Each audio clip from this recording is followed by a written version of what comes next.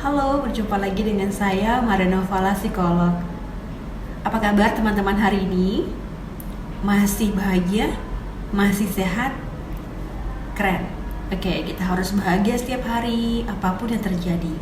Happiness selalu di dalam hati kita. Teman-teman, apakah teman-teman pernah mendengarkan kata katsaridafobia? Katsaridafobia. Bagus ya namanya, Katsarida, seperti nama orang. Mungkin nama seseorang yang pasti bukan mantan ya. Oke, teman-teman, namanya bagus. Tapi ketika saya jelaskan ini fobia apa, saya nggak tahu apakah teman-teman fine aja mendengarnya atau ngerasa gitu ya. Katsaridafobia adalah fobia terhadap binatang kecil berwarna coklat kehitaman, mengkilat, ya, kecoa. Katsaridafobia adalah fobia terhadap kecoa. Seorang teman menghubungi saya, dia mengatakan bahwa dia mengalami fobia kecoa. Minta bantuan untuk mengatasi rasa takutnya terhadap fobia kecoa ini. Teman-teman mau tahu apa sih katsaridafobia? Mengapa sih seseorang bisa mengalami fobia terhadap kecoa? Jika teman-teman ingin tahu, ikuti terus ya video ini.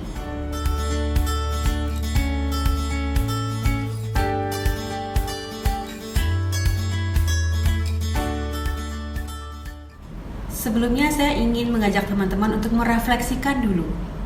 Teman-teman takut terhadap kecoa, jijik, atau fobia? Ini beda teman-teman. Kalau sekedar takut, jijik, kita semua sepertinya merasakan hal yang sama ya. Hampir semua orang merasa takut dan jijik dengan kecoa. Jijik karena ya kita tahu ya baunya kurang sedap. Kemudian takutnya karena bisa membawa penyakit juga. Tentunya tidak nyaman buat kita jika di tempat kita ada kecoanya. Nah, bedakan dulu nih. Tapi kalau misalnya teman-teman membayangkan membayangkan kecoa aja, teman-teman sudah merinding, sudah deg-degan, sudah nggak tahan lagi, gitu ya. Nah, ada kemungkinan teman-teman mengalami fobia kecoa nih. Apabila perasaan takut ini sudah mulai mengganggu aktivitas sampai benar-benar yang tidak bisa bekerja, tidak bisa tenang, oke, ini saatnya teman-teman berkonsultasi ya ke psikolog. Karena bisa bayangkan jika di tempat kerja teman-teman ada kecoanya, teman-teman benar-benar mungkin tidak bisa makan, tidak bisa tenang dalam bekerja, tidak bisa konsentrasi. Ini berarti teman-teman perlu mendapat penanganan terapi psikologi.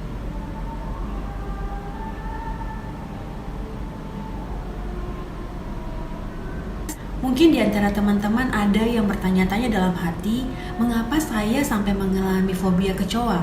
Padahal seumur hidup saya nggak pernah mengalami kejadian buruk dengan kecoa.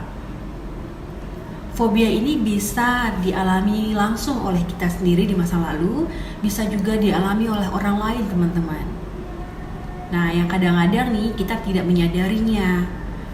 Perasaan takut orang lain itu bisa tertransfer ke diri kita. Mungkin nih ya, waktu kecil teman-teman melihat orang tuanya ketakutan dengan kecoa. Atau kecoa itu merayap di tubuhnya, lalu melihat mereka mengibas-ngibaskan kecoa itu. Mungkin saja waktu kecil teman-teman pernah melihat orang tua atau keluarganya ketakutan dengan kecoa, atau kecoa itu hinggap di tubuhnya, lalu mereka mengibas-ngibaskan tangannya untuk mengusir kecoa itu. Ekspresi histeris, ekspresi ketakutan mereka sangat kelihatan dan teman-teman menyerap peristiwa itu. Ketakutan mereka tertransfer ke diri teman-teman dan itu tidak teman-teman sadari. Semakin bertambahnya usia, teman-teman pun jadi takut dengan kecoa, jadi tidak nyaman dengan kecoa. Padahal tidak pernah berdekatan dengan kecoa, tidak pernah ada kejadian buruk dengan kecoa, tapi teman-teman sangat tidak nyaman dengan yang namanya kecoa. Nah, sebelumnya saya sudah menjelaskan ke teman-teman, jika masalah ini tidak selesai, teman-teman konsultasi ke psikolog ya. Karena psikolog dapat memberikan terapi, misalnya salah satunya dengan desensitisasi. Teman-teman bisa merasa kurang rasa takutnya dengan kecoa tadi. Jadi ada teknik-teknik terapi yang membuat teman-teman bisa tidak takut lagi dengan kecoa. Apakah bisa saya menerapi diri sendiri? Apakah saya bisa nih menghilangkan rasa takut itu tanpa ke psikolog? Bisa dicoba teman-teman. Dengan cara seperti apa? Seperti ini. Prinsipnya adalah ketika kita mau mengubah sikap kita terhadap kecoa itu, yang tadinya kita takut, menolak, tidak ingin berdekatan dengan kecoa, coba mencari informasi tentang kecoa di internet. Perhatikan gambarnya, baca tentang kecoa itu, apa sisi buruk bila ada kecoa, bagaimana mencegah dia ada di situ, bagaimana supaya dia tidak ada di rumah kita. Teman-teman cari informasi mengenai kecoa ini. Mengapa ini penting? Karena ketakutan kita dapat berkurang ketika kita mulai memahami dengan kecoa ini. Seberapa bahaya sih kecoa ini? Jangan-jangan pikiran kita terlalu berlebihan. Kecoa ini tidak semengerikan yang kita bayangkan. Jadi baca informasi tentang kecoa, ya, cari informasi, lihat gambarnya detil-detil. Apabila teman-teman sudah mencari gambar kecoa, kemudian melihat gambarnya, melihat detil-detilnya, teman-teman observasi, amati perasaan teman-teman. Apa yang teman-teman rasakan? Apakah muncul rasa ngeri? Apakah muncul pikiran-pikiran yang lain? Rasakan, amati perasaan teman-teman sendiri. Apakah pikiran teman-teman itu realistis terhadap gambar kecoa itu atau berlebihan?